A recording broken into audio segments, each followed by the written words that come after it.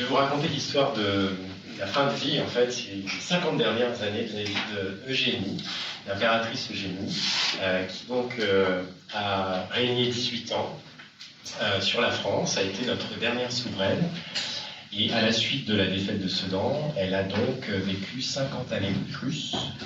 Son histoire était une histoire qui n'était pas connue, pas vraiment étudiée. Nous sommes plusieurs à l'avoir étudiée depuis quelques années. J'ai eu la chance de découvrir des archives inédites à travers donc des papiers de famille que j'ai découverts en Corse et en Angleterre, qui appartenaient à des descendants de sa domesticité, notamment de son secrétaire particulier, Francisca Miguel. Donc, l'impératrice Eugénie, d'origine espagnole,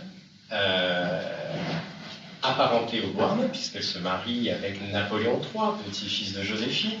Donc on reste quand même dans le cadre de la famille. L'impératrice Eugénie va avoir un destin extraordinaire, puisque finalement, alors elle fait partie d'une famille, une grandesse d'Espagne.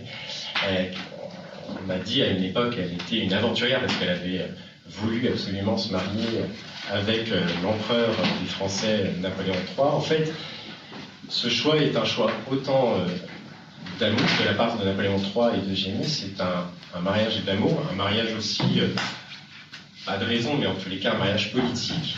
Ce mariage va se conclure, par donc une défaite à la fin du Second Empire, la défaite de Sedan.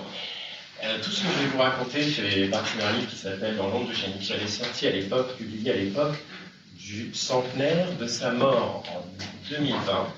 Donc il y a 3 ans, on a fêté le centenaire seulement de sa mort, le centenaire de la mort de la dernière souveraine de France.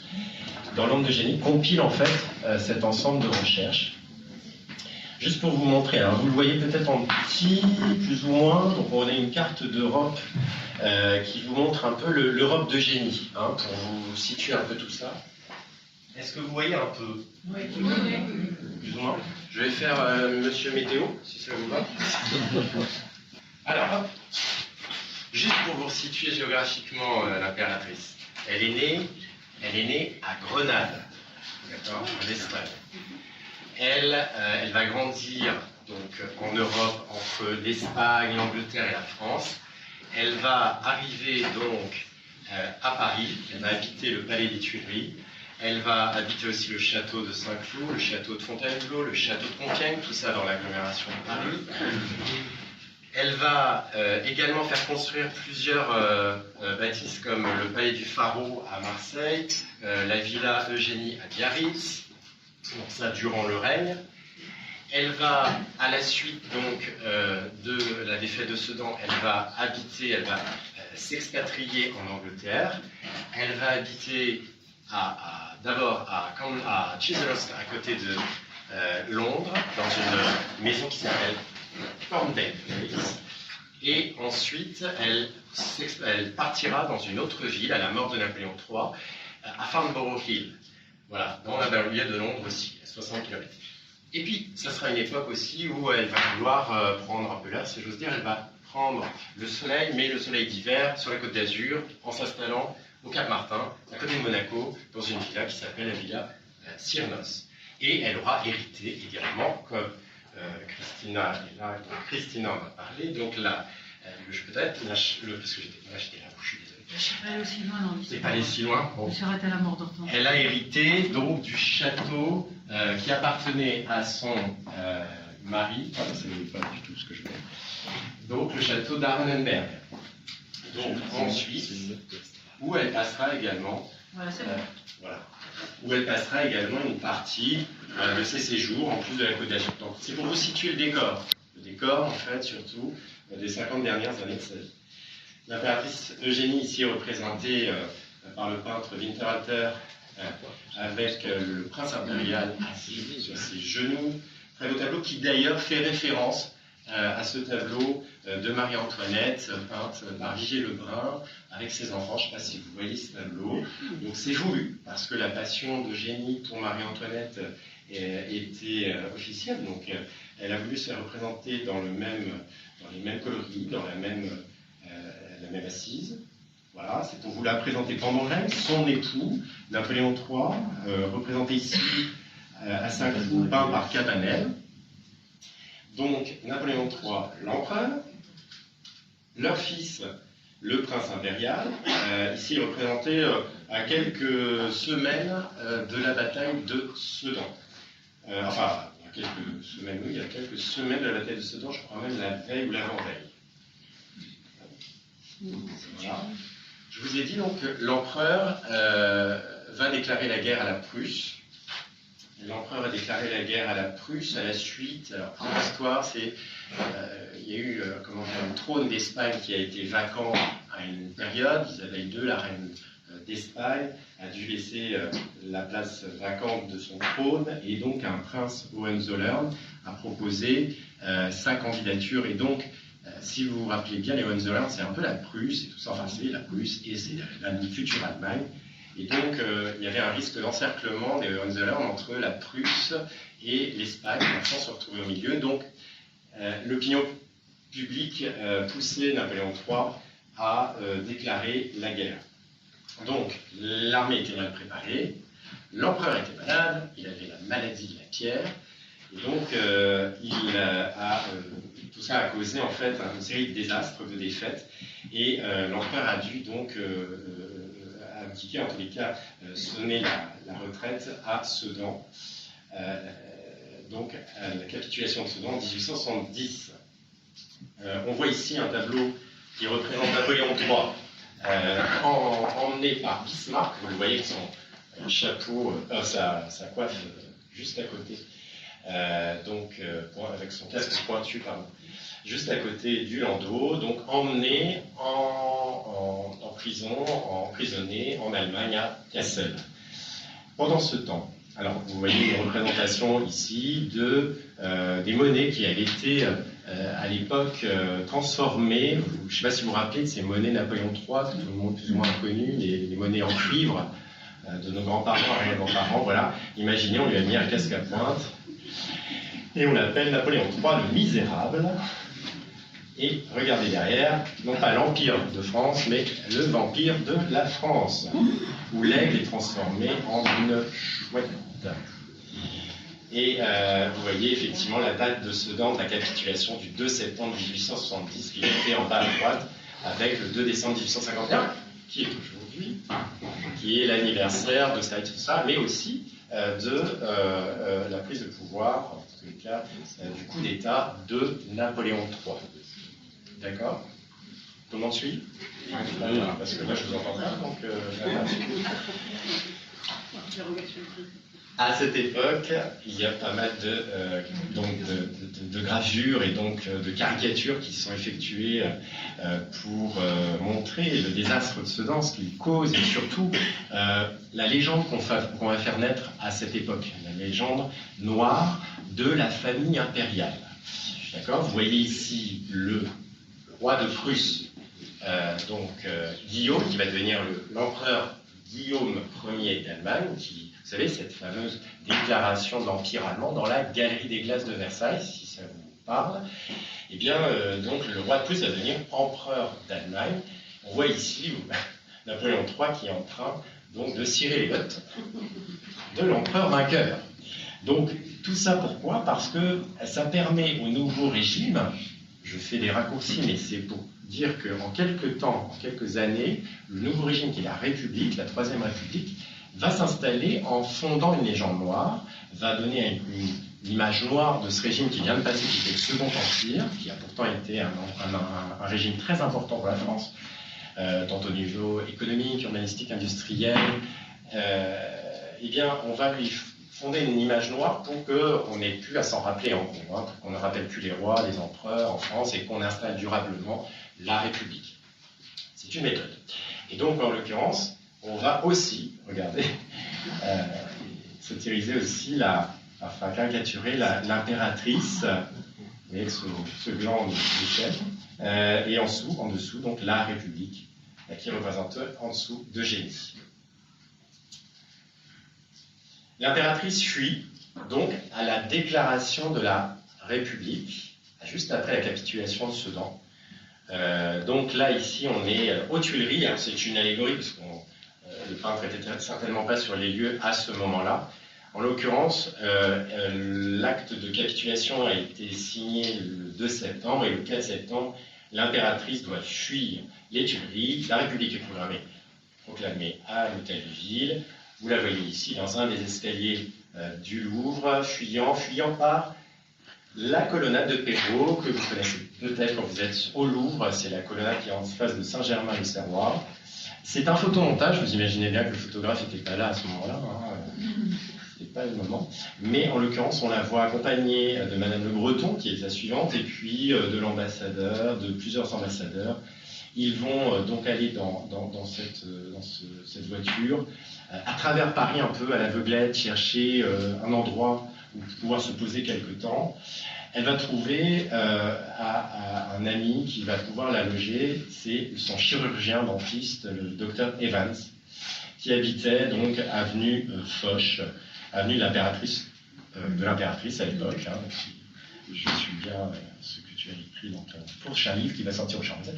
Et donc, cette avenue de l'impératrice, avenue Foch, il y a plusieurs habitations, plusieurs villas, plusieurs hôtels particuliers, notamment celle du docteur Evans. Là, vous la voyez fuir le lendemain de son arrivée dans cette maison, accompagnée du docteur, du chirurgien dentiste, qui va l'aider à traverser donc toute la région parisienne jusqu'en Normandie et à Deauville, pouvoir partir vers l'Angleterre. La reine Victoria de l'époque, la reine d'Angleterre, va lui proposer donc asile.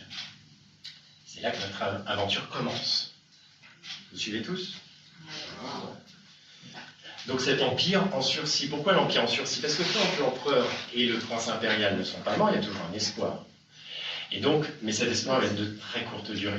L'empire en sursis parce que de 1870 à 1873, Napoléon III est très malade et il va subir un calvaire. Il va s'installer, il va rejoindre sa femme en Angleterre, il va être libéré. Après la déclaration de l'Empire allemand, il va donc être libéré d'Allemagne, de Cassel, et il va rentrer en Angleterre, aller en Angleterre rejoindre son épouse dans la banlieue de Londres. Dans la banlieue de Londres, on est à 30 km de Londres à peu près. Eh bien, nous avons une ville qui s'appelle Chislehurst et qui va être l'endroit où la famille impériale va trouver asile dans une propriété, une gentilhommière, Camden Place. Vous la voyez ici, cette représentation de Camden Place, une gentilhommière du XVIIIe siècle, en briques et pierres. C'est ici d'ailleurs, au mois de janvier, où nous avons célébré le 150aire de la mort de Napoléon III. Donc dans cette bâtisse qui d'ailleurs aujourd'hui est devenue un golf club. Ici d'ailleurs on peut remarquer sur votre droite l'impératrice Eugénie en veuve. Donc j'avance un peu trop vite là, mais en tous les cas vous voyez l'impératrice Eugénie en veuve sur la droite, à droite de l'arbre, représentée en veuve. Mais on n'y est pas, parce que Napoléon III n'est pas encore mort.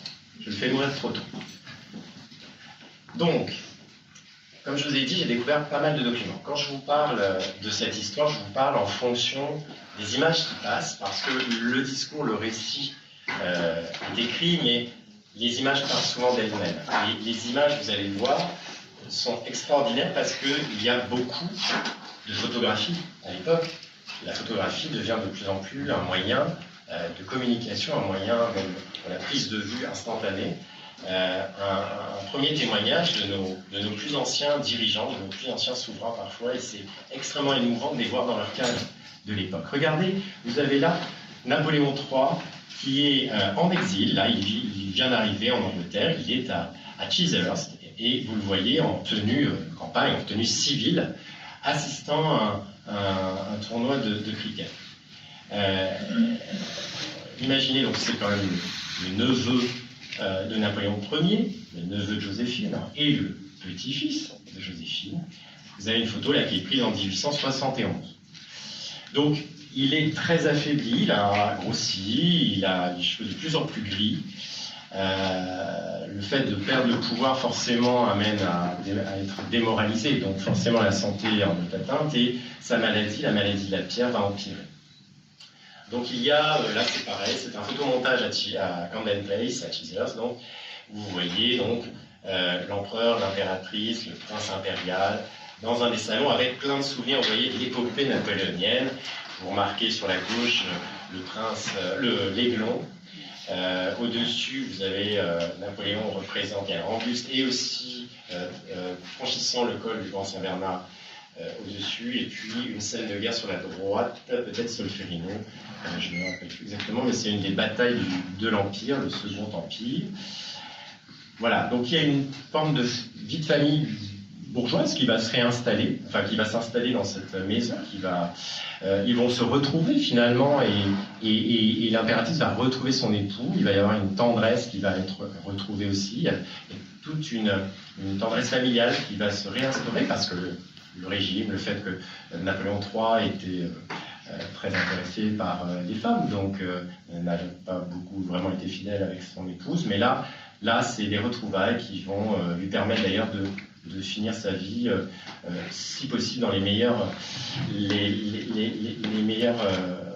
paramètres. Là, ici, vous voyez l'impératrice, une photographie de Camden Place, Chislehurst, donc prise sur place. On voit que la mélancolie, la tristesse apparaît sur son visage. C'est quelques mois avant la mort de Napoléon III. Camden Place, je vous ai dit, c'est une gentilhommière. À l'intérieur, donc, il va y avoir un mobilier qui va être rapatrié de France, des palais qui font partie de la liste civile, et du coup qui vont pouvoir être réaccrochés, remeublés. Tout le mobilier va pouvoir retrouver sa place dans cette bâtisse. Vous voyez à gauche un des portraits de l'impératrice Eugénie par Winterhalter. Donc, ces photographies, fait partie justement des découvertes que j'ai faites pendant ces 10 dernières années. Des photographies que j'ai trouvées dans un grenier encore, qui étaient inconnues.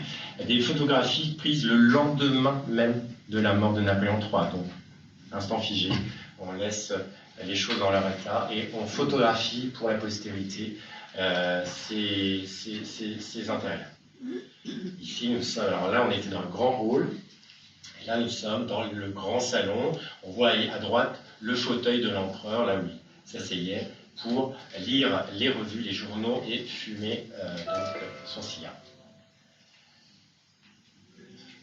L'impératrice, ici, qui est d'ailleurs la couverture du premier livre que j'avais écrit, donc l'impératrice ici à Chislehurst, qui est... vous voyez, dans toutes les poses, il reste en fait, même pendant l'exil, il reste ce goût pour la photographie, la pose, pour transmettre un message. La communication passe par ces cartes de visite, on appelle ça des cartes de visite à l'époque. Ça reste de la propagande parce que même si l'Empire est déchu, le Second Empire, a inventé justement ce système de communication par les cartes de visite. C'était des objets qui étaient transférés partout en Europe, dans toutes les cours d'Europe. Et en l'occurrence, là, on continue même pendant l'exil de véhiculer l'image de l'Empire. On montre comment vit l'empereur, l'impératrice, le prince impérial. L'empereur en costume d'empereur, mais pendant l'exil. Donc c'est très émouvant aussi parce que cette photo, c'est quelques mois avant sa mort. On voit qu'il a grossi, l'air mélancolique est toujours là, mais voilà, il est plus prégnant encore. C'est la dernière image de l'empereur, en tous les cas vivant, dans son costume d'empereur, ici. Il va mourir à Chislehurst, donc à Camden Place, dans cette maison que je vous ai montrée, le 9 janvier 1873. Et cette photographie ici-là montre l'empereur sur son lit de mort, quelques jours après sa mort, dans sa chambre. Alors c'est très émouvant parce que les lieux ont été photographiés, refotographiés. Quand aujourd'hui on va dans cette maison, on retrouve la cheminée, l'emplacement de la cheminée, c'est un appartement particulier aujourd'hui, d'imprimé, je veux dire. Et quand vous rentrez, vous savez que le lit est là, que l'empereur est mort dans ce lit-là, que la cheminée est exactement au même endroit, les volumes sont restés. Et ça, voilà, quand vous rentrez dans des lieux comme ça aussi importants de l'histoire de France, et que vous y rentrez parfois pour la première fois et que vous prenez une photo comme ça et qu'il n'y a pas eu de photo prise depuis, c'est toujours très émouvant de voir que les choses respirent encore, que la mémoire est là. Du coup, l'impératrice va photographier, à partir d'une photographie, va peindre la chambre mortuaire de l'empereur Donc ça fait partie de plusieurs peintures que l'impératrice a laissées après à son fils, et elle va garder, qu'elle va faire hériter à sa petite nièce. Et voilà, là, on voit donc la chambre de l'empereur juste après sa mort, elle l'a peint en mémoire.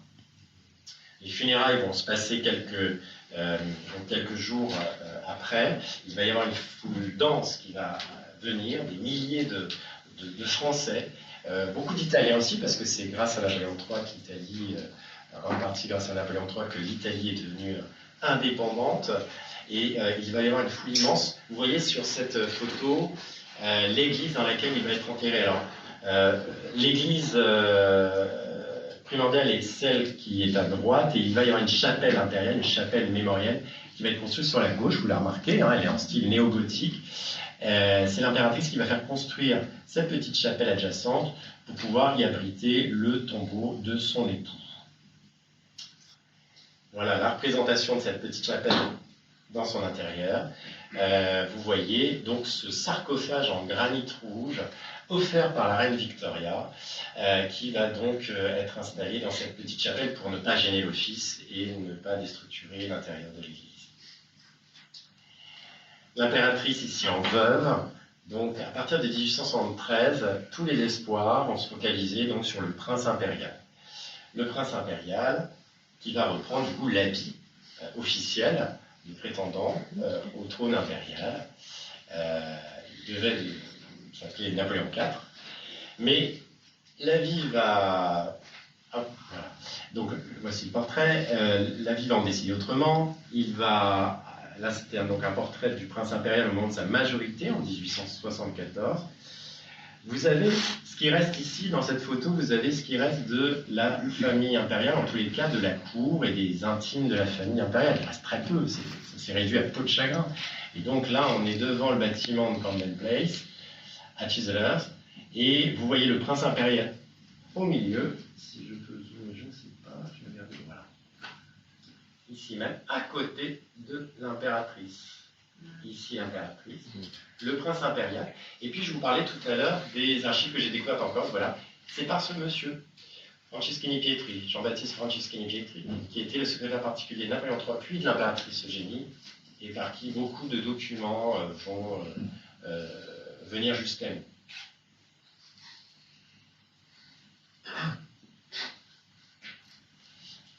Le prince impérial va faire une carrière militaire quand même. Il va faire ce que tous les Bonaparte ont fait, c'est-à-dire de passer quand même par la case militaire, par les armes, et il va partir à l'école militaire de Woolwich, à côté de Londres, et il va devenir lieutenant de l'école militaire de Woolwich, ici représenté en peinture. Vous voyez, il va accompagner sa mère, il va lui rendre visite. Vous voyez Camden Place derrière, il va lui rendre visite. C'est un tableau de Tissot ici, James Tissot, qui représente le prince impérial avec l'impératrice.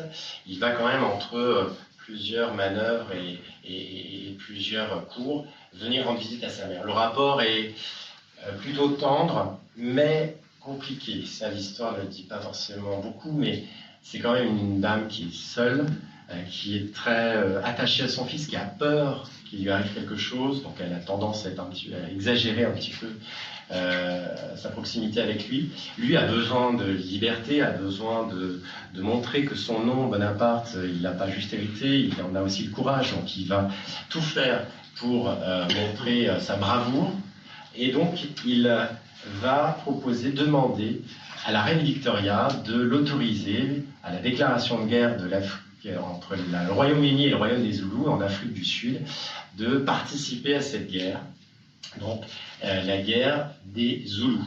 La guerre des Zoulous, il y va, l'impératrice n'est pas du tout contente, c'est pas du tout ce qu'elle avait prévu, il décide d'y aller. Vous remarquerez juste, je vous demande juste de regarder juste ce costume-là, enfin son vêtement. C'est dans celui-ci qu'il va trouver la mort. Là, il est pris en photo en Afrique du Sud, à Durban. Voilà. Le prince impérial, voilà, va trouver la mort. Il va être assassiné par les Zoulous. Il va tomber dans un guet-apens. Bon, en même temps, ça faisait partie pas de la mission, non pas de mourir, mais en tous les cas de tomber dans un guet-apens. Il va être transpercé de plusieurs coups de saget. Et l'impératrice, si vous avez vu, hein, voilà, ça c'est juste avant, quelques semaines avant son décès, l'impératrice va récupérer ce vêtement. Elle va le récupérer, elle va reboucher en fait tous les endroits où la sagaie a percé. C'est symbolique, hein, mais elle va le garder en mémoire et elle va l'intégrer dans son musée mémoriel du Second Empire de la famille impériale. Voilà. Ça donc c'est le vêtement. On le voit aujourd'hui au musée de Compiègne, au palais de Compiègne.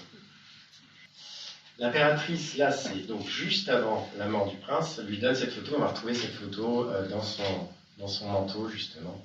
C'est une photo qu'elle lui avait donnée avant de partir. C'est la dernière photo que son fils aura de sa mère et gardera sur lui quand il se fera tuer. L'impératrice Eugénie ici, prise en photo pardonnée. Voilà, une représentation de ce fameux événement, de cette mort du prince impérial au Zululand, fils unique, dernier fils de Napoléon III, enfin seul fils de Napoléon III, et donc dernier prétendant au trône impérial en ligne directe. Et l'impératrice va, donc on est en 1879, va avoir perdu en 9 ans empire, époux et fils. Donc seul, complètement. Alors pas seul, entourée, mais elle aura tout perdu presque, le plus important. C'est à cette époque qu'elle écrit à sa mère, parce que sa mère est toujours en vie, mais elle va d'ailleurs décéder quelques mois, enfin c'est pas drôle d'ailleurs, elle va décéder quelques mois après la mort de son fils, sa mère, la mère de Gilles. Et elle va lui écrire cette superbe lettre, et tellement émouvante. Ma chère maman, j'ai aujourd'hui le courage de te dire que je vis encore, car la douleur ne tue pas. Et ta toute dévouée fille, Eugénie. Voilà, c'est très émouvant de voir que cette phrase, finalement, ça résume sa vie. La douleur ne tue pas. Et vous allez voir qu'elle va vivre encore très longtemps. Donc elle ne tue pas la douleur. C'est étonnant parce que c'est très, très émouvant. Elle va tout perdre d'un seul coup. Voilà sa mère dont je vous parlais. Donc la comtesse de Montiro, qui meurt en 1879, quelques mois après son petit-fils, le prince impérial. Tout le monde suit? Ça va? Obsèques, à nouveau. Donc là, du prince impérial, donc ce ne sont que des obsèques, mais ça va changer, hein, il va y avoir des choses un petit peu plus vieilles. Là, les obsèques du prince impérial, sortant donc de Camden Place. Il va être enterré également dans la petite église Sainte-Marie, que vous avez vu tout à l'heure, de Camden Place. Et là, on va installer un petit cénotaphe. Parce que ce qui va se passer dans la tête d'Eugénie, c'est est-ce que je reste ici à Chiselhurst? Parce que elle y arrive après l'exil, elle y perd son mari, qui meurt dans d'atroces souffrances, elle y apprend la mort de son fils, et puis la petite église, si elle veut en faire un site mémorial, ça commence à devenir un peu trop petit. Donc elle se dit, est-ce que je reste ici? Et elle a cette force, c'est là où je la trouve fascinante, c'est qu'elle va, à partir de toutes les ruines de sa vie, tous ces drames, elle va reprendre goût à la vie, elle va continuer à vivre, et elle va décider de déménager. Donc là, c'est une allégorie qui la montre en train de visiter. Alors on dit qu'elle visite les ruines du palais des Tuileries, parce que n'oubliez pas que pendant la Commune de Paris, eh bien, le palais des Tuileries, le palais de Saint-Cloud ont été brûlés, ils ont été détruits par la suite, mais ils ont été incendiés. Donc on la voit ici, on dit qu'elle visite les ruines du palais des Tuileries. Ça a plus l'air d'être les ruines de l'hôtel de ville de Paris, puisque l'hôtel de ville de Paris avait été incendié également. Donc on s'imagine cette impératrice veuve qui, et c'est une vérité quand même, va revenir à Paris et va, incognito, visiter les lieux où elle a été impératrice, et notamment Compiègne, Fontainebleau, et elle va même aller voir les ruines du palais de Saint-Cloud, et elle va habiter, quand elle vient à Paris, au West Inn, rue Castiglione. Du West Inn, elle voit le jardin des Tuileries, elle voit le palais où elle était impératrice, avec toutes les phases de l'Empire, elle voit le palais en ruine devant elle. Et elle s'en fait, si j'ose dire, elle brave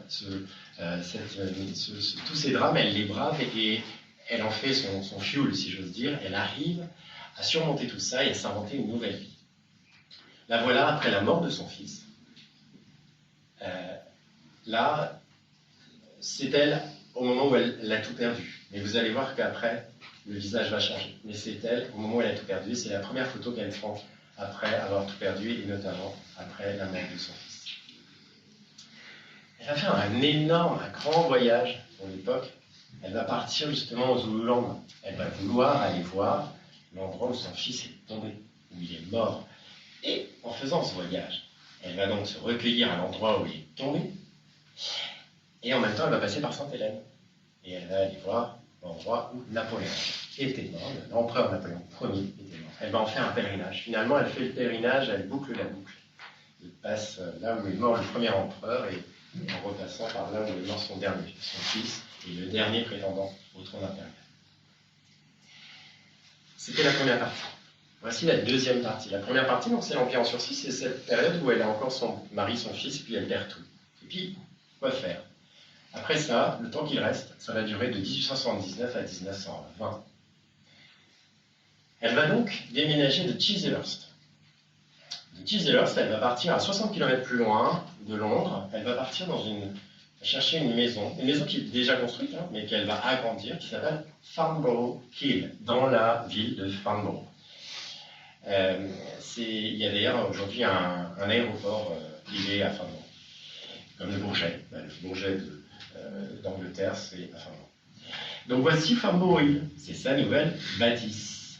Et là, en l'occurrence, elle va y vivre les 30, 50, 40 dernières années de sa vie.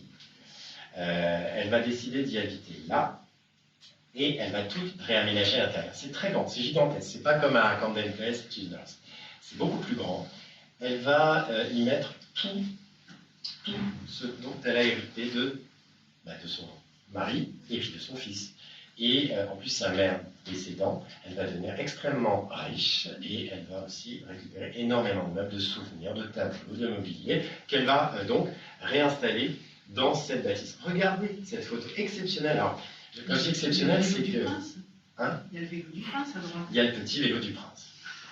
Ce qui est dingue, c'est qu'elle va donc dans cette bâtisse y mettre plein d'objets comme ça. Et quand on regarde les photographies que j'ai découvertes dans ces archives inédites, des descendants de sa domesticité, on va découvrir comme ça beaucoup d'éléments comme le Winterhalter que vous voyez, donc le Decameron de Winterhalter, enfin la deuxième version du Decameron de Winterhalter, Eugénie au milieu de ses dames d'honneur. Je ne sais pas si ça vous dit quelque chose, ce tableau, celui-là, qui est aujourd'hui donc à Compiègne, qui était à l'origine dans le musée chinois de Fontainebleau, ouvrage du musée chinois d'ailleurs qui est sorti il n'y a pas longtemps avec l'auteur Salle, qui est sorti au Charles. Et donc, ce tableau va être installé, regardez, dans la bâtisse, dans la nouvelle demeure de Eugénie en Angleterre. Je dis que c'est exceptionnel parce qu'on ne savait pas trop où était passé ce tableau. Vous savez où il était parti, mais on n'avait jamais de représentation réelle. Ça, c'est des photographies prises par des Kodak, par des appareils photo privés, des gens comme ça qui passaient dans la villa ou dans la maison et qui, du coup, prenaient des photos comme ça et ça donne des témoignages incroyables comme celui-là. Et le cadre, très bien Bernard, le cadre était resté en France, voilà. Le cadre du tableau, alors là on ne le voit pas sur la photo non plus, mais le cadre était resté en France. On lui a donné le tableau, mais on ne lui avait pas donné le cadre.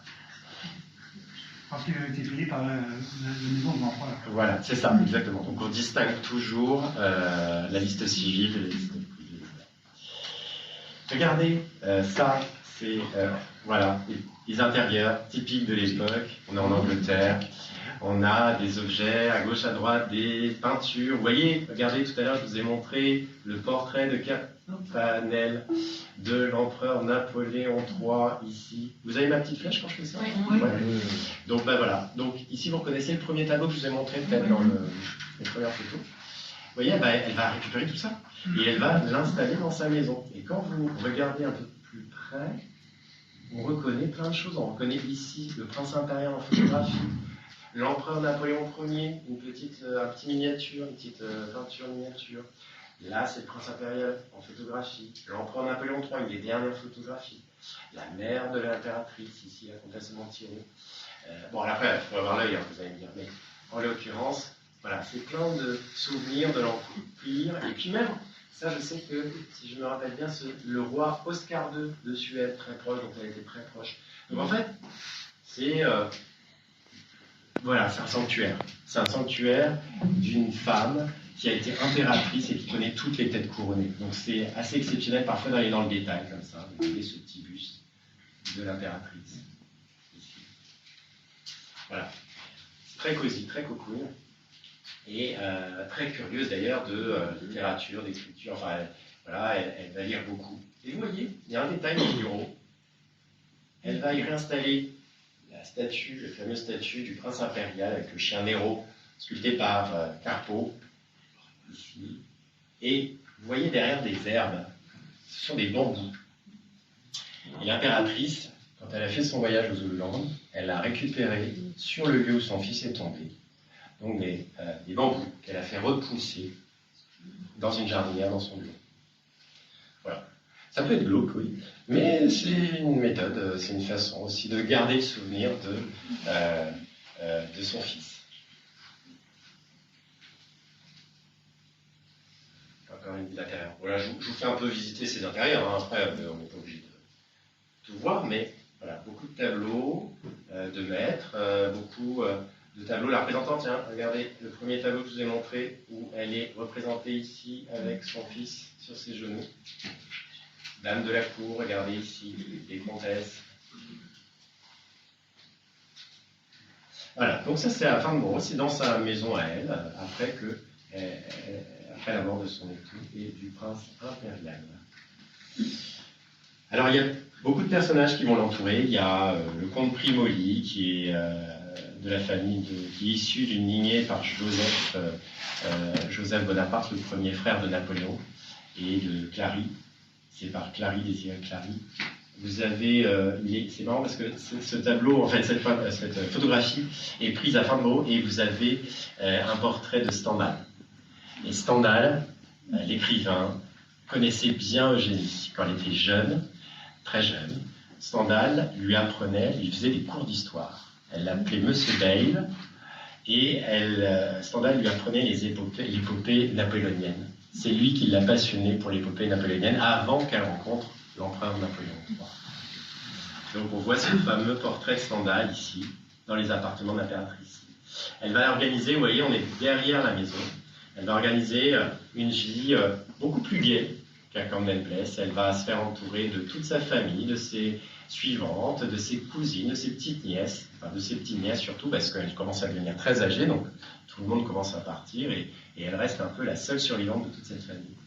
Et elle se fait entourer beaucoup de dames et de beaucoup de messieurs aussi. Elle est entourée de beaucoup d'artistes. Elle fait, vous voyez, le personnage dont je vous ai parlé tout à l'heure, Franceschini Pietri, il est là. Il reçoit la reine Elisabeth de Belgique. Elisabeth de Belgique, elle va recevoir beaucoup de personnages. Beaucoup de personnages illustres. Même si elle ne règne plus, elle reste en contact et les gens viennent la voir au moins pour sa compagnie et puis aussi pour avoir son expertise parfois sur certains événements géopolitiques sur lesquels ils ont besoin d'avoir ses lumières ou son expérience, tout simplement lui demander son expérience. Ici, c'est dans le couloir de Farnborough, on voit le comte Primoli dont on vient de parler, et puis le fameux tableau du prince impérial juste avant de mourir, alors, ici peint, et là, assis, on a la reine Victoria Eugenia, donc la future reine Victoria Eugenia, la femme de Alphonse XIII, la grand-mère de Juan Carlos, Juan Carlos, le roi d'Espagne. Et donc ici, la reine Victoria Eugenia, qui est en fait Victoria Eugénie, qui était en fait une des petites nièces de l'impératrice Eugénie, qui est représentée ici, et qui était aussi une petite fille de la reine Victoria. Elle va y recevoir une quantité de personnes, des artistes, des musiciens, notamment Ethel Smith. Elle va s'essayer, regardez l'impératrice qui dit en 3 jours et en 3 nuits, j'ai réussi à faire ça, qu'elle dit Ethel Smith. Elle se tente, elle essaie de composer, et donc elle envoie ça ironiquement à la compositrice. Donc cette maison, c'est pas parce qu'elle est plus impératrice et qu'elle est seule qu'il n'y a personne. Donc là, on a par exemple juste la domesticité. On n'a pas les mécaniciens, les jardiniers et les chefs et et voilà. Là, on a juste les domestiques de l'intérieur de sa maison.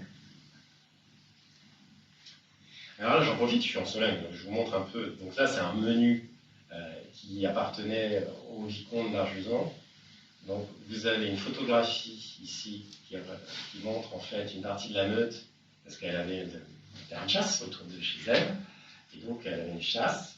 Et donc cette photo a été prise, a été montée sur ce menu par le comte Primoli. Et vous voyez ici, qui appartient à la fondation Primoli, on a donc une partie de cet équipage. Et on va même la voir, je vous montre ça parce que derrière, il y a plusieurs prises de vue. Et on la voit devant la maison, ici, hop, ici, là. Voilà, en compagnie de plusieurs amis. Et donc, ça doit être des braques, je pense, je ne sais pas si c'est... Hop, c'est chiant. Hop. Voilà, donc, elle n'est pas, comment dire, contre la prise de photo. Tout le monde la prend en photo par curiosité, elle adore ça. Donc elle se laisse prendre en photo. Elle adore les nouvelles technologies, les techniques évoluent très vite. Regardez, il y a même son ami à côté qui a même un appareil photo. Elle adore. Donc elle se laisse prendre en photo sans arrêt. Et regardez ce regard toujours, jamais peur. Elle regarde et ça ne la dérange pas, mais elle est toujours voilée de noir. Imaginez déjà en portrait par littérateur, peint par littérateur, là vous la voyez plus tard, c'est toujours assez émouvant de voir comment elle a évolué. Et surtout, alors voilà, donc elle va décider de partir à Farnborough aussi pour transférer les tombeaux de son fils et de son mari, parce que l'église est trop petite, et elle pense à elle aussi, et elle voudrait faire un mausolée en mémoire de son époux et de la famille impériale. Donc elle va décider d'acheter un terrain à côté de Farnborough Hill, et elle va y construire un monastère, une église abbatiale et un monastère. Et voici l'église de Farnborough, la chapelle abbatiale de Farnborough, et c'est là-dedans qu'elle va y transférer les tombeaux de son mari, Napoléon III, et le prince impérial. Vous la voyez, toujours pareil, c'est ces photos c'est des paparazzas de l'époque, et c'est étonnant toujours. Là, pendant la construction de la chapelle, vous la voyez ici en train de prier déjà, alors que les tombeaux ne sont encore pas transférés.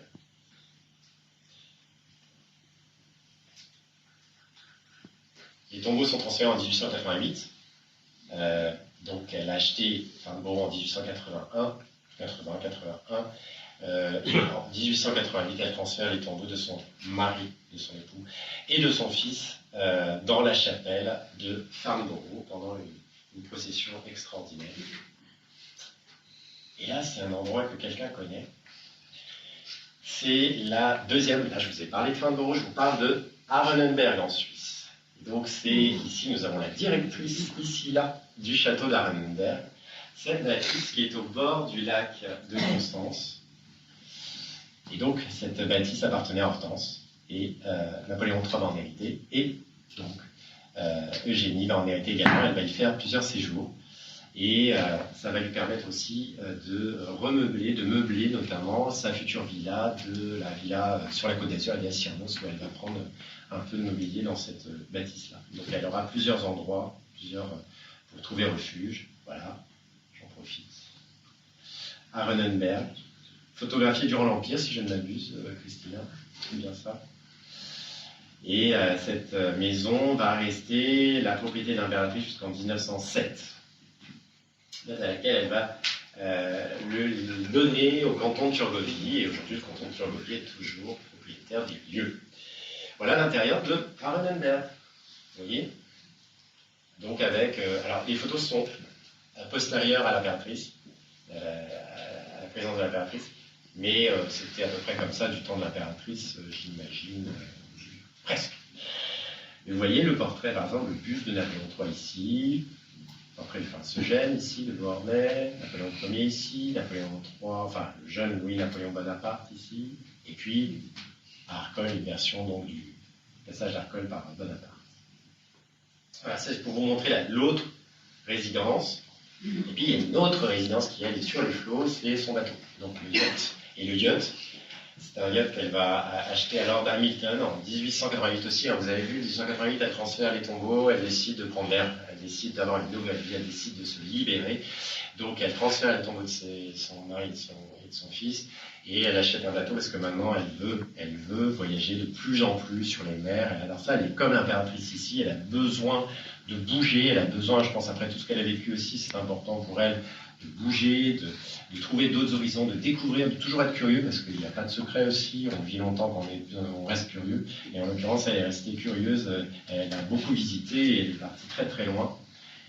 Et là, donc, elle va partir partout, elle va aller dans les fjords du Nord, elle va partir à Ceylan, elle va partir en paquebot, elle va partir elle va visiter tous les ports de la Méditerranée sur son yacht, elle va aller à Gibraltar, Chypre, jusqu'en Turquie, elle va passer par l'Égypte, elle va vouloir voyager, elle va vouloir continuer à découvrir.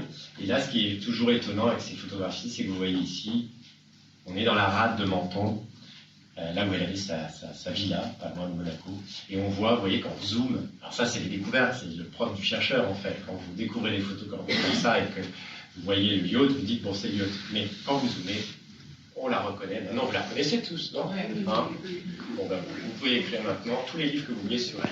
Vous voyez, c'est extraordinaire. Et alors c'est ça, vous voyez, on la reconnaît entre mille. Et puis, on voit toujours un petit homme à côté, là, et je vous en parle parce qu'il va repasser un petit peu plus loin. Lui, c'est le fils de Alphonse Daudet. Et le fils d'Alphonse Daudet, pas Léon, Lucien Daudet, qui a été son plus proche ami dans les dernières années de sa vie et qui va écrire notamment 2 livres, un qui s'appelle L'Inconnu, qui est formidable, qui est celui qui raconte, qui restaure le personnage de l'impératrice après la légende noire, où il va être le premier à raconter sa vie après l'Empire. L'inconnu, et puis l'autre ouvrage, ça sera Dans l'ombre de l'impératrice Eugénie, qui sortira après sa mort. Ce sont des lettres qu'il envoie à sa mère, la veuve d'Alphonse Daudet. Et donc il parle à sa mère, il parle de ses voyages à sa mère, quand il va chez l'impératrice, qu'il fait avec elle, comment elle réagit, qu'est-ce qu'elle lui fait visiter, quelles leçons elle lui donne au quotidien pour réussir et notamment pour écrire. Donc c'est fascinant. Et ça s'appelle Dans l'ombre de l'impératrice Eugénie. C'est formidable parce que c'est des témoignages ultimes et privés. Et donc c'est toujours émouvant de voir comment vivait l'impératrice Eugénie après l'Empire. Donc vous voyez là sur son bateau, pareil, découverte en Italie, découverte dans la Fondation Primoli, on zoome et on voit le visage de l'impératrice qui apparaît tout d'un coup et on la voit dans son intimité. Voilà. Là, à côté d'Athènes, en Grèce, c'est dans le temps du Pirée. Et elle voyage partout, elle se laisse prendre en photo. C'est incroyable parce que toutes ces poses, elle ne pose pas en se disant est-ce que je suis bien, est-ce que j'ai le bon éclairage, etc. Elle est incarnée, toute seule, elle incarne quelque chose. Là, elle va rencontrer sur son yacht, j'en profite pour dire que sur ce yacht, elle va rencontrer beaucoup de personnes, notamment le fils de Louis-Philippe Ier, ici. Le fils de Louis-Philippe Ier, elle va le rencontrer sur ce bateau. Là, il y a aussi le futur comte de Paris. Elle va rencontrer le fils de Louis-Philippe. Elle va rencontrer aussi l'empereur Guillaume II, petit-fils de Guillaume Ier, qui a quand même été à l'origine de la déchéance de son mari Napoléon III. Bon, disons qu'elle ne fait pas la paix, mais elle est courtoise et elle cherche à entretenir les meilleures relations avec toutes les têtes couronnées de l'Europe. Sur son bateau, sur son yacht. Comme je vous disais, elle va partir partout, elle va voyager partout. Elle va visiter l'Égypte, elle va visiter l'Aïe au Caire par exemple, regardez. Ce port altier, cette présence. Et elle va visiter les souks, les minarets. Et elle est née en 1826, voilà. C'est dans les années 90, non? Là, on est en 90. 90-1900, voilà. Parce qu'elle a beaucoup voyagé, beaucoup été au même endroit à chaque fois, donc elle est partie plusieurs fois en Égypte, donc parfois on n'a pas les dates exactes, mais on arrive à peu près à donner les fourchettes de dates. Regardez, elle visite les pyramides d'Égypte, donc elle n'est pas loin du Sphinx. Regardez, c'est extraordinaire, on voit ces petits bottines là. Sans oublier, bien sûr, les lunettes, les lunettes de soleil, son cellulaire particulier ici. Bon, voilà, c'est pour vous dire qu'elle visite. Elle visite, elle continue à côtoyer les grand de ce monde, notamment ici, je vous parlais tout à l'heure du roi de Suède, Oscar II, son cigare ici, elle est ici. On voit, il n'y a pas loin, son secrétaire particulier. Vous voyez pourquoi j'ai découvert beaucoup de photos dans cette famille de descendants du secrétaire, parce que c'est des familles qui ne connaissaient pas vraiment la valeur de leurs archives, et surtout qui étaient souvent sur des plaques de verre. Et c'est ça qui est extraordinaire, parce que des plaques de verre, c'est des instantanés sur les plaques de verre. Si on n'a pas l'appareil, on les regarde pas, on ne peut pas les voir facilement. Et quand on les scanne, on découvre tout ça. Et donc c'est ça qui est extraordinaire. Il y a tout un pan de vie comme ça ça apparaît à nous. Je vous parlais du Westin, rue de Rivoli. Voilà, c'est là où elle habitait à Paris. Enfin, le Westin actuel. Donc l'hôtel Continental à l'époque, hein, rue Castiglione, rue de Rivoli, heureusement. Donc c'était dans cet hôtel. Et à chaque fois, alors tout ce que je vous montre, ce sont des photographies. Imaginez-vous qu'à l'époque, les gens n'ont pas accès à ces photographies. Ça reste dans un cadre privé. Tout ce que vous voyez aujourd'hui, on ne savait pas. Donc on imaginait les scènes. Et là, par exemple, cet article de journal de 1903, on voit l'impératrice, comme je vous disais tout à l'heure, qui est installée au Hôtel Continental à Paris, sur la rue de Rivoli, et qui regarde le jardin des Tuileries, et notamment, vous voyez, elle regarde le palais du Louvre, et le palais du Louvre qui n'apparaît plus, les Tuileries, puisqu'elles ont été détruites. Donc elle regarde ça avec mélancolie. Alors c'est ce qu'on imagine d'elle, bien sûr. Et vous voyez, ça fait l'objet de une, comme ça, on se dit l'impératrice est passée, l'impératrice. Et pendant l'Empire, pendant la République, la Troisième République, c'est toujours une fascination quand même pour les Français. On arrive à la photographie de temps à autre quand même. Et vous voyez cette photographie prise rapidement, là, à la Madeleine. Et on la voit monter rapidement dans une automobile, toujours avec son secrétaire particulier. Et on pouvait la croiser comme ça dans la rue sans savoir qui elle était. Alors certains la reconnaissaient, mais en même temps, on pouvait la croiser sans savoir qui elle était. Parfaite incognito, parfaite anonymat, je veux dire.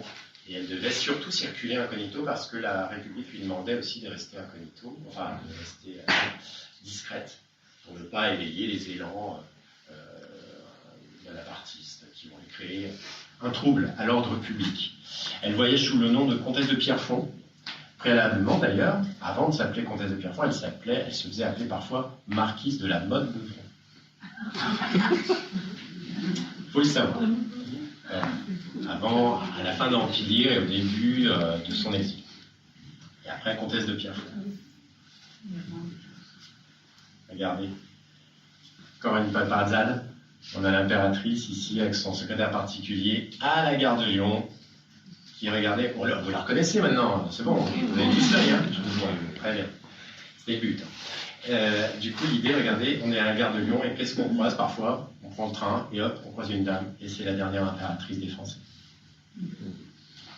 Là, on est en 1910. Elle va s'installer, je vous ai dit, sur la Côte d'Azur. Donc voilà, la Côte d'Azur du côté monégasque. À l'époque, juste 2 siècles avant. Hein, là, je vous montre, mais c'est juste pour montrer que c'était, en fait, ça appartenait au prince de Monaco, tout cet endroit-là, que vous connaissez peut-être pour certains. Vous avez ici, sur la gauche, le rocher de Monaco, le Cap Martin et Menton, et avec la frontière italienne sur votre droite.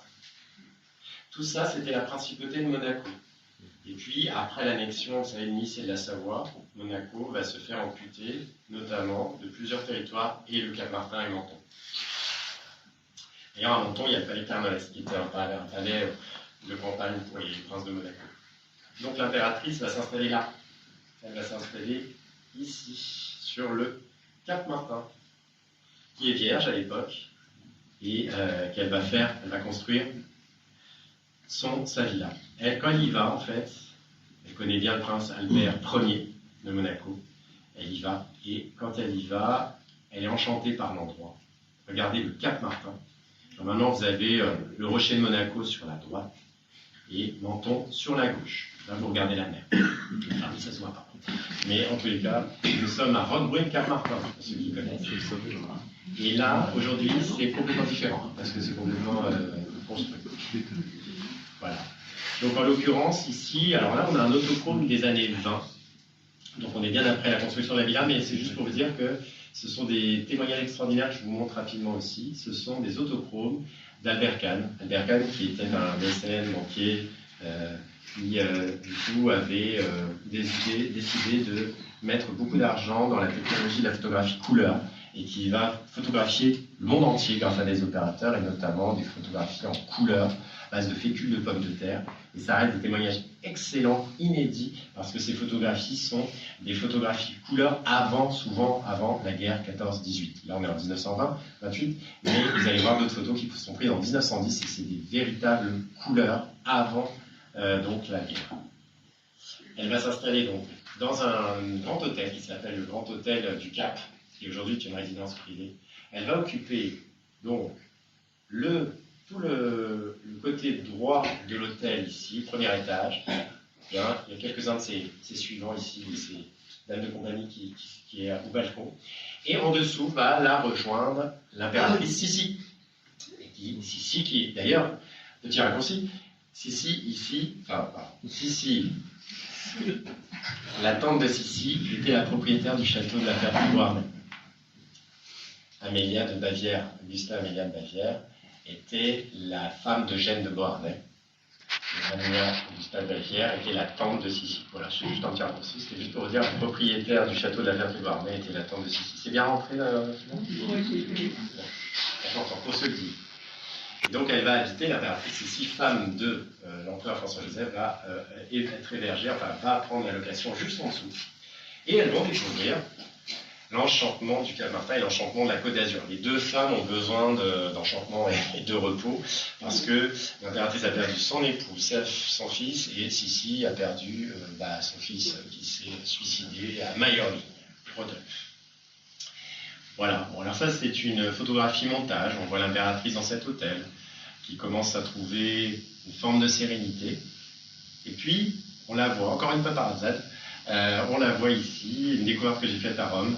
On voit l'impératrice descendre du fameux appartement que je viens de vous montrer, où on la voit en train de descendre son escalier privatif ici. Un peu plus dur, peut-être vous la reconnaître, mais en tous les cas, voilà, avec son secrétaire particulier. Et qu'est-ce qu'elle va faire? Eh bien, elle va visiter. On remarque toujours la photo du fils, dernière photo avec son vêtement, vous savez, dans lequel il a été tué par exemple. Ça, c'est le salon principal. Très grand, très large et très éclairé. Donc c'est une villa style méditerranéen pur, c'est-à-dire un mélange de style italianisant avec du classique, du grec. Et là, des photographies, j'ai vu pas chez Albert Kahn qui sont exceptionnelles, qui sont des photographies juste prises en 1910. Donc juste avant la guerre 14-18, imaginez en vraie couleur, des véritables couleurs. Et on voit la villa d'impératrice au moment où elle y habite. Alors les volets sont fermés parce qu'elle doit être en Angleterre, mais je veux dire, elle est propriétaire au moment des photographies.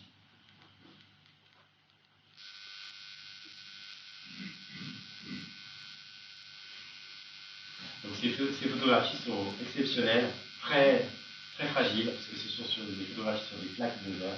Regardez, on voit bien les rangées.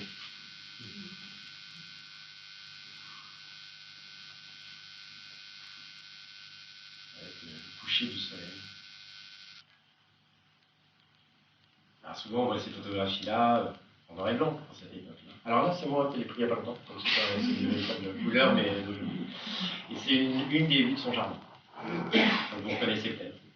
Le rocher, la tête de chien ici, Jean Capéra ici, hop, le rocher ici, et voilà, et quelques ruines romantiques, quelques petites constructions dans le jardin. Voilà, une vue autochrome aussi, c'est jardinier. Ça démange de ne pas la voir en photo elle-même en couleur, je ne l'ai jamais trouvé, mais un jour j'y arriverai. Voilà. Donc c'est exceptionnel parce qu'on voit personne juste avant la guerre, en train de travailler. Quand elle revient, on n'aurait pas. Je ne sais pas. Non, mais en tous les cas, elle est toujours présente, même dans son jardin, elle se fait prendre en photo. Il y a toujours une pose qui est presque naturelle et que le photographe prend instantanément. Regardez ça. Donc elle reçoit beaucoup, elle y trouve vraiment une forme de sérénité. On passe l'hiver dans le midi, dans le temps. On n'y va pas l'été, surtout pas, trop chaud. Et donc, on était beaucoup plus intelligent dans le temps parce qu'on y allait et on profitait du bon soleil d'hiver sur la Côte d'Azur. Vous voyez, elle est très, elle est très, très sereine. On sent qu'elle a retrouvé une forme de sérénité. Toujours avec son secrétaire particulier, devant sa villa azuréenne. Elle reçoit Augustin Filon, elle reçoit plusieurs personnalités. Voilà.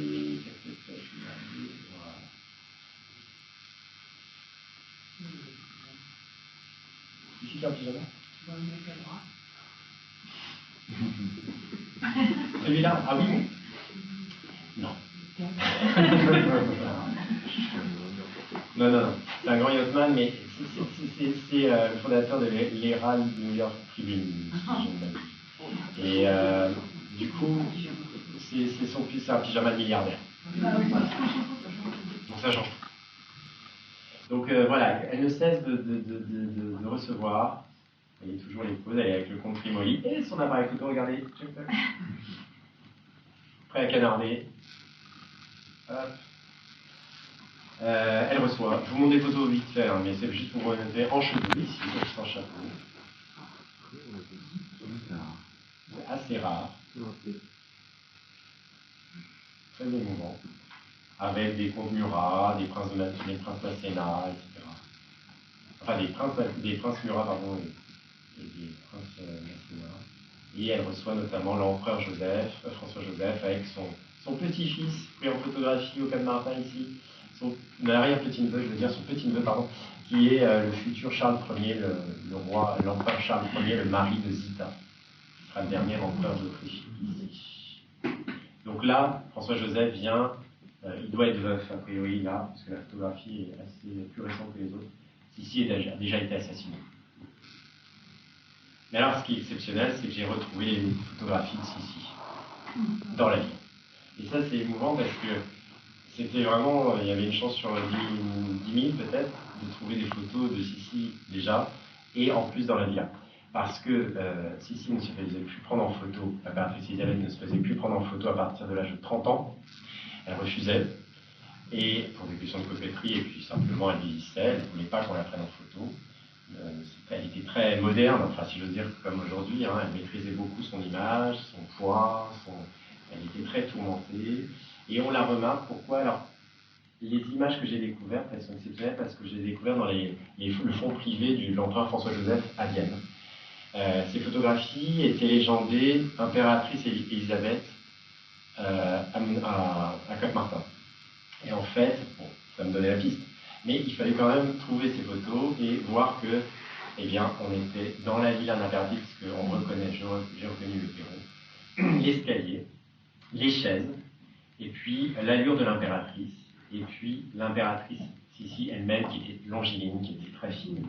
Et on voit ces photos de la graphie de l'impératrice Sissi à la Villa Tiernos, pendant une visite qu'elle fait à l'impératrice Eugénie. C'est juste exceptionnel, c'est une découverte qui a d'ailleurs motivé la lecture de mon premier livre il y a 10 ans. Donc voilà. Je ne sais pas quelle heure, mais je ne suis pas trop long, c'est bon. Donc voilà, oui, je fais vite. Donc voilà, elle continue à recevoir, regardez ce visage. Elle a des traits qu'on reconnaît. Peut-être pas très belle, c'est pas forcément une gravure de mode, mais elle a un visage qu'on reconnaît entre les une grâce, un port altime, une grâce.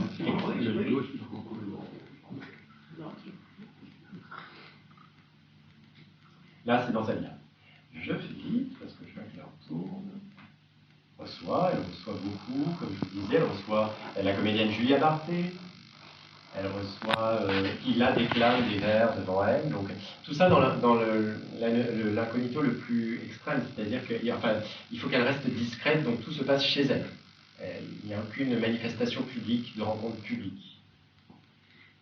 Le fameux Lucien Daudet, ici, une photographie colorisée, qui montre Lucien, le proche de l'impératrice, avec sa mère, là, qui était la veuve d'Alphonse Daudet, et ils sont au Cap Martin. Et il va être très très proche d'elle, il va écrire beaucoup, deux livres en tous les cas, beaucoup de souvenirs sur sa vie. Jean Cocteau qui lui rend visite, qui va être présenté à l'impératrice Eugénie par Lucien Daudet, à la villa. Ilski et Diaghilev, qui vont tenter de faire une représentation chez elle, au moment des ballets russes à Monaco. Et ils ne vont pas pouvoir le faire pour des raisons de sécurité, pardon. Pour des raisons de sécurité, et elle va éviter. Il y a le sculpteur Rodin qui va venir lui rendre visite aussi. Il va faire plusieurs dessins dans le jardin, parce que le jardin était exceptionnel. Là, on a une gravure de Ferdinand Bach qui la représente. Bon, alors pas trop sur son avantage, hein. Vous voyez, il croque quand même les petits points de qualité là. Ouais, je le montre, mais elle m'en veut pas. Voilà, en 1910. Peut-être qu'on pouvait l'imaginer, la voir, quand on allait lui rendre visite. Et vous voyez, toujours pareil, hein, des découvertes comme ça, à travers des archives. Alors, c'est des gens qui travaillaient chez elle dans sa villa sur la Côte d'Azur et qui avaient gardé cette photo et regardé. Alors, il faut le savoir, mais voilà, on est à Gare-Avant, donc on est à Menton, dans la baie de Menton, et elle vient de quitter son tramway, et donc elle marche à côté de sa suivante. Elle est là, et elle marche à côté, et elle va faire des emplettes dans Menton. J'arrive, parce que c'est vrai que je suis un petit peu long, hop. Elle va aider Marconi pour le télégraphe sans fil. Elle va lui prêter son bateau pour faire les premiers essais en mer. Elle va aider Santos Dumont à pouvoir financer ses premiers essais aéronautiques.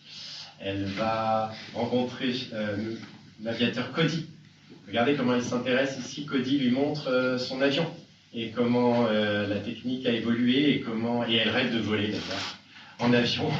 Et son secrétaire particulier lui dit que c'est pas très sage. Mais elle rêve d'y monter. Elle continue à rencontrer beaucoup de têtes couronnées ici à Cowes en Angleterre pendant les régates. Elle reste proche du roi du Danemark, du roi d'Angleterre, Édouard VII, et puis plusieurs princesses royales ici, le futur Édouard VIII, duc de Windsor. Sa voiture, bon là elle la casse, c'est juste après sa mort, donc elle est partie, la voiture est partie à la casse. C'est pour vous dire, c'est pas chez elle. La voici à la fin de sa vie, dans sa résidence anglaise. Et donc elle va continuer comme ça à rester présente, à donner beaucoup de conseils autour d'elle aux hommes politiques, aux artistes.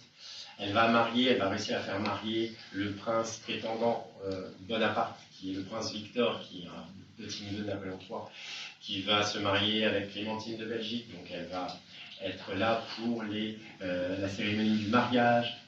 Elle va retourner sur sa villa sur la Côte d'Azur. Toujours ses poses extraordinaires. Et puis là, on approche de la guerre. Elle va rencontrer la veille de la guerre. C'est des photos incroyables, ça. Par exemple, si on n'avait pas eu la photo, on n'aurait pas su. Et bien là, j'ai découvert que l'impératrice recevait dans sa villa la sœur du Kaiser. Le Kaiser Guillaume II. Oui, exactement. Ça m'a choqué aussi. Mais à l'époque, ça se faisait encore avant que la guerre soit déclarée. Donc je pense qu'elles ont dû parler de beaucoup de choses, et notamment d'éviter le grand conflit qui allait avoir lieu, qui n'a rien évité. Mais bon, en tous les cas, voilà, des rencontres incroyables entre des personnalités si haut placées. Et là, pendant la guerre, elle va ouvrir un hôpital militaire parce que la France le refuse. La France est restée dure avec la famille Bonaparte, donc elle a proposé à l'impératrice d'ouvrir un hôpital dans sa villa sur la Côte d'Azur, et la République lui a dit, le gouvernement républicain lui a dit non. Donc elle a dit, je sais pas grave, je vais l'ouvrir en Angleterre chez moi. Et là, elle a reçu des blessés.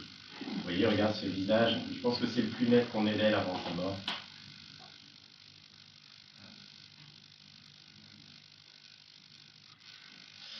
Et on arrive. Je ne veux pas la faire mourir trop vite, mais voilà, donc, pendant la guerre, elle est très proche des blessés. Elle va perdre son secrétaire particulier que vous connaissez maintenant aussi, hein, barbu avec la barbe grise. Vous voyez, et elle devient aveugle petit à petit. Et vous le voyez notamment à sa canne blanche. Mais elle va se faire, alors donc, je ne vous dis pas tout de suite, voilà. Il va y avoir les plus grands généraux qui vont lui dédicacer des livres parce qu'il faut la remercier pour son aide pendant la guerre. Donc là, le général Haig, qui était comme le maréchal Foch, voilà, des généraux anglais, britanniques importants. Elle va donner une lettre à Clémenceau. Clémenceau, vous voyez ici, qui est à côté ici du fils, dit-on, naturel de Napoléon III, qui était chirurgien dentiste aussi, qui s'appelait Hugenschmidt. Et en fait, au moment de la Première Guerre mondiale, vous savez, on avait perdu l'Alsace-Lorraine pendant la guerre de 70. Eh bien, au traité de Versailles de 1918-19, eh bien, il va être question de récupérer l'Alsace-Lorraine. Mais ça ne va pas être une priorité pour les Alliés. Ça ne va pas être une priorité pour les Alliés. Clémenceau, en rage, parce qu'il veut récupérer cette Alsace-Lorraine, parce qu'il considère, lui, que ça leur appartient. Mais les Alliés pensent que c'est un territoire germanique et que ce n'est pas forcément un point sur lequel il faut traiter absolument pendant le traité. Et l'impératrice va entendre cela de la bouche du chirurgien dentiste de Clémenceau, puisqu'elle en est proche, puisque ce serait le fils naturel de Napoléon III, donc en tous les cas, il est très proche de l'impératrice. Et elle va lui dire, écoutez, donnez à Clémenceau cette lettre.